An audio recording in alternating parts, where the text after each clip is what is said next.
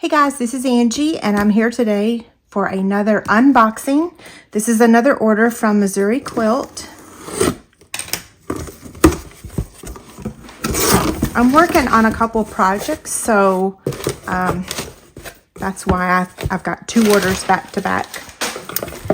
Okay, another flat chuck. That just makes me smile, right? Okay, so this is at home 10 by 10 pack.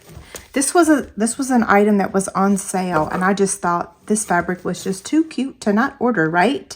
Yeah, so this was on sale, so I ordered it. And then this layer cake, or I guess I should call it a 10-inch stacker. This is the fabric that I'm using for another baby quilt. So this will be the third baby quilt that I will be making using this fabric. And the jelly roll that I ordered, that I got on another order, is going to be used with this. Okay, and the final item that I ordered was another item that was on sale.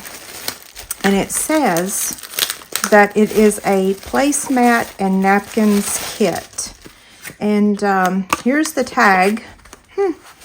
I don't know where the, oh, there it is. So there's the instructions. That scared me for a minute.